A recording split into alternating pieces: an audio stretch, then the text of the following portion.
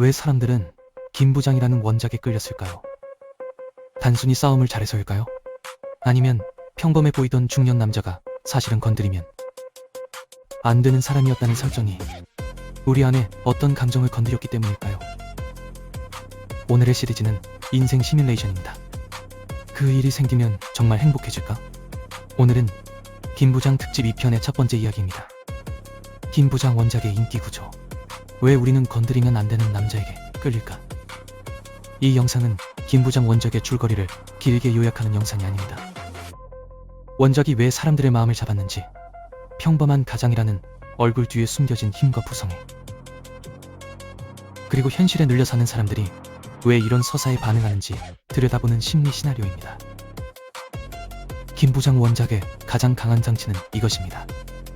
그는 능력이 없어서 평범한 사람이 아닙니다. 딸을 위해 평범함을 선택한 사람입니다.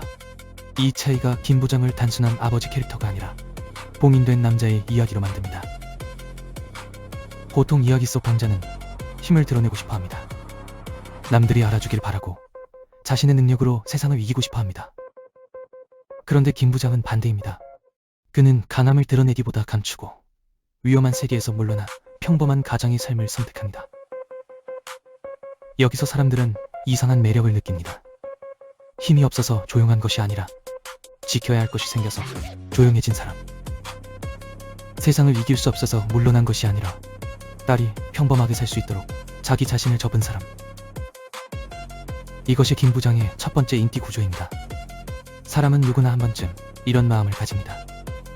나도 사실 이렇게 끝낼 사람은 아니었는데, 나도 한때는 뜨거웠는데, 나도 누군가에게 보여주고 싶은 능력과 자존심이 있었는데, 그런데 현실 때문에, 가족 때문에, 돈 때문에 나를 조금씩 접고 살았다는 마음입니다.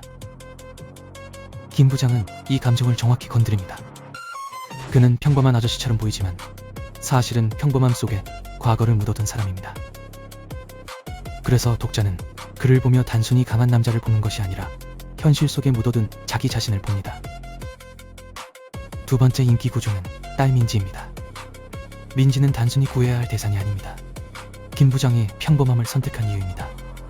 그러니까 민지가 사라진다는 것은 딸이 위험해졌다는 사건에 넘어 김 부장이 지키려고 했던 평범한 세계 전체가 무너지는 순간입니다. 김 부장이 위험한 세계를 떠난 이유가 딸이었다면, 그 딸이 사라지는 순간 그는 다시 그 세계로 들어갈 수밖에 없습니다. 이건 복수의 시작이 아니라 봉인의 해제입니다. 아버지의 과거가 다시 깨어나는 버튼이 눌린 것입니다. 이 구조가 강한 이유는 부모의 감정을 아주 깊게 건드리기 때문입니다. 부모는 자신의 상처는 참을 수 있습니다. 자신의 실패도 어느 정도 견딜 수 있습니다. 하지만 자식이 위험해지는 순간 그동안 참아왔던 모든 감정이 한 방향으로 몰립니다. 김 부장 원작은 바로 이 지점을 붙잡습니다. 평범하게 살고 싶었던 남자가 평범함을 지키기 위해 다시 평범하지 않은 사람이 되어야 하는 아이러니입니다. 그는 딸을 위해 위험한 삶을 벌였지만 딸을 찾기 위해 다시 위험한 삶으로 돌아갑니다. 세 번째 인기 구조는 건드리면 안 되는 아저씨 서사입니다. 겉으로 보기에는 특별해 보이지 않습니다. 안경을 쓰고 조용하고 평범한 가장처럼 보입니다. 그런데 그런 사람을 함부로 건드린 순간 상대는 자신이 누구를 건드렸는지 뒤늦게 알게 됩니다. 이 장치는 아주 오래된 쾌감을 줍니다.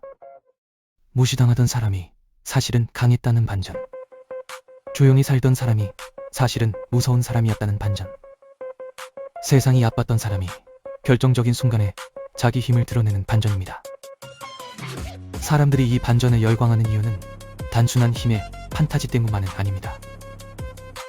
현실에서 많은 사람들은 자기 힘을 제대로 보여주지 못하고 삽니다. 회사에서 참고, 가족 때문에 참고, 나이 때문에 참고, 상황 때문에 참고, 나를 다 꺼내지 못한 채 살아갑니다.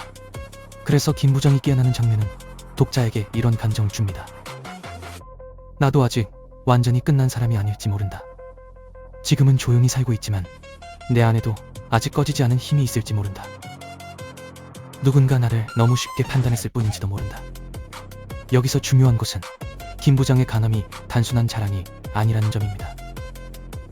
그는 강해지고 싶어서 강한 사람이 아닙니다.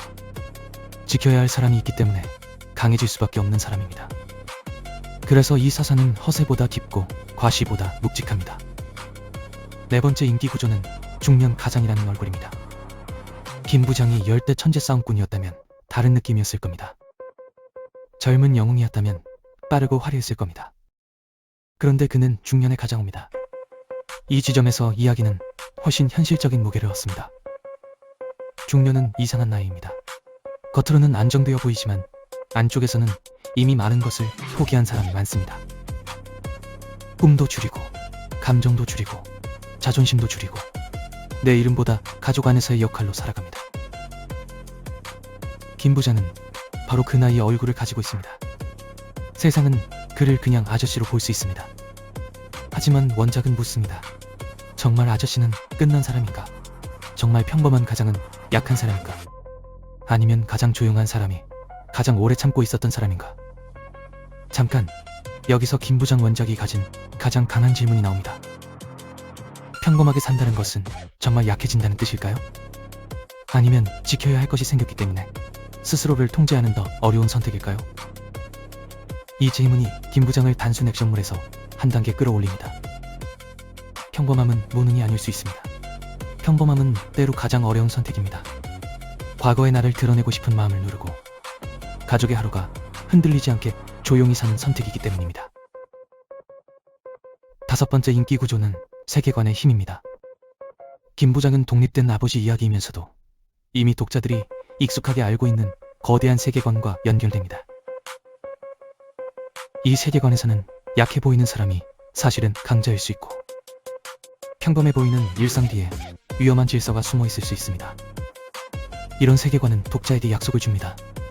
겉으로 보이는 것이 전부가 아니다. 누군가를 함부로 판단하면 안 된다. 평범한 얼굴 뒤에도 거대한 과거가 있을 수 있다. 김 부장은 이 약속을 중년 가장의 얼굴로 보여줍니다. 그런데 김 부장이 특별한 이유는 강함의 목적이 다르다는 점입니다. 그는 세상에서 이기기 위해 싸우는 사람이 아니라 딸을 찾기 위해 움직이는 사람입니다. 권력을 얻기 위한 싸움이 아니라 지켜야 할 사람을 되찾기 위한 싸움입니다. 그래서 독자는 그의 폭발을 단순한 폭력으로만 보지 않습니다. 그 안에서 아버지의 죄책감, 사랑, 분노, 두려움, 그리고 자기 삶을 걸고라도 지키고 싶은 마지막 의미를 봅니다. 여기서 김 부장 원작의 인기가 설명됩니다. 사람들은 액션을 보러 들어왔지만 그 안에서 자기 감정을 발견합니다. 무시당한 사람의 분노, 가족을 지키고 싶은 마음, 현실에 눌려 사는 중년의 자존심, 그리고 아직 끝나지 않았다고 믿고 싶은 욕망이 함께 움직입니다. 사람들이 김 부장을 좋아하는 이유는 그가 완벽해서가 아닙니다. 오히려 너무 많이 참고 너무 오래 묻어두고 너무 늦게 폭발하는 사람처럼 보이기 때문입니다. 그 모습 안에 현실의 피로가 있고 가족의 무게가 있고 한 번쯤 다시 깨어나고 싶은 마음이 있습니다.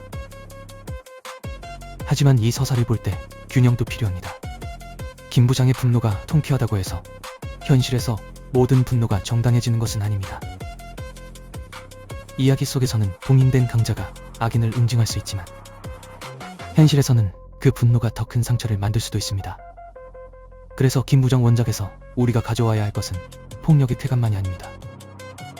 더 깊은 질문입니다. 나는 무엇을 위해 나를 눌러두고 살고 있는가? 내가 지키고 싶은 것은 무엇인가? 그리고 그 지켜야 할 것이 흔들릴 때 나는 어떤 사람으로 변할 것인가? 결국 김 부장 원작의 핵심은 이것입니다. 김 부장의 평범함은 약함이 아니라 딸을 위해 선택한 봉인이었습니다. 그리고 민지의 실종은 사건이 아니라 그 봉인이 풀리는 순간이었습니다. 이번 편의 결론은 이것입니다. 김 부장은 딸을 찾으러 가는 아버지이지만 동시에 현실 속에 묻어두었던 자기 자신을 다시 꺼내는 남자입니다.